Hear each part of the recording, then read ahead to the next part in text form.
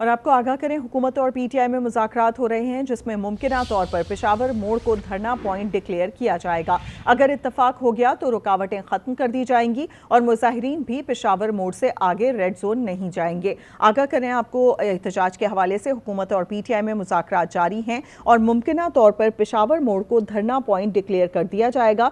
धरना point declare होने के बाद रुकावटें ख़त्म कर दी जाएंगी। मुज़ाहिरीन भी पेशावर मोड़ से आगे रेड जोन में नहीं जाएंगे। हुकूमत की तरफ से अमीर मकाम अयाज सादिक, मोहसिन नकवी, राना सना इन मुज़ाकरात में शरीक हैं, जबकि दूसरी जानिब से यानी पीटीआई की जानिब से असद कैसर, शिबली फराज और बैरिस्टर गौहर शरीक हैं। मुज़ाकरात मिनिस्टर इनक्लेव में जारी हैं। कुछ देर में हतमी ऐलान मुतवक्के है।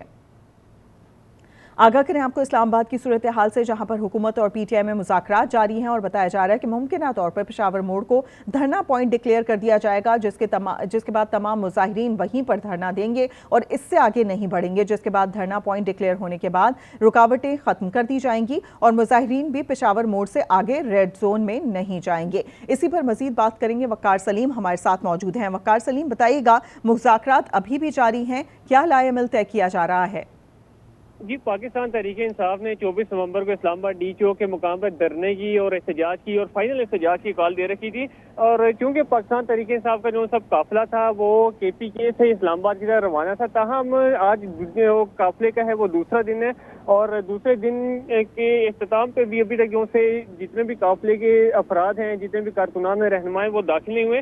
पाकिस्तान तहरीक-ए-इंसाफ और हुकूमत के पहले भी कोई 2 से 3 एतवार जो से मुज़ाकरात के थे वो नाकाम हो चुके थे और आज फिर एक मरतबा फिर राब्ता हुए पाकिस्तान तहरीक-ए-इंसाफ के रहनुमा और हुकूमती रहनुमाओं के दरमियान और जो से मुज़ाकरात थे वो हफ्ते कुछ देर कबल तक जारी थे, जिसमें अब मुज़ाकरात में मुतफ़िक़ा तौर पर जो सा धरना पॉइंट है इस मुज़ाकरात में ये फाइनल होगा। क्योंकि पहले हुकूमत ने ये ऑफर की थी कि आपको परेड ग्राउंड का मुकाम या F9 का जो सा पार्क है ये तजवीज़ किया जा सकता है, ताहम बानी पीटीआई ने इस चीज़ की तरदीद कर दी थी कि पाकिस्तान तहरीक-ए-इंसाफ को दोनों जो से मुकाम है ये सूट नहीं करते। मुज़ाकरात के जो मुमकिना तौर पर जो है ज़राई के मुताबिक पेशावर मोड़ इस्लामाबाद का जो मुकाम है ये एक मुकाम तजवीज़ किया जा सकता है। ताहम अब जैसे ही कुछ देर के बाद मुज़ाकरात मुकम्मल होते हैं और मुज़ाकरात के बाद कुछ हतमी तौर पे ऐलान भी मुतवक्के है। अब से कुछ देर के बाद जैसे ही ऐलान होता है तो फिर मुज़ाकरात के हवाले से जो सी अहम पेशरफ्त और जो सा अहम तरीन जो भी पॉइंट तजवीज़ किया जाएगा पाकिस्तान तहरीक-ए-इंसाफ के एहतजाजी कॉल को लेके कि कौन से पॉइंट के ऊपर इन पाकिस्तान तहरीक-ए-इंसाफ के रहनुमाओं और कारकुनान को इजाज़त देनी। अच्छा वक़ार सलीम, सूरत हाल जो आपकी बात से नज़र आ रही है, यहाँ पर एहतजाज ख़त्म करने की कोई बात नहीं हुई है, बल्कि एहतजाज को धरने की सूरत में एक ही पॉइंट पर रोका जाएगा, ऐसा ही है?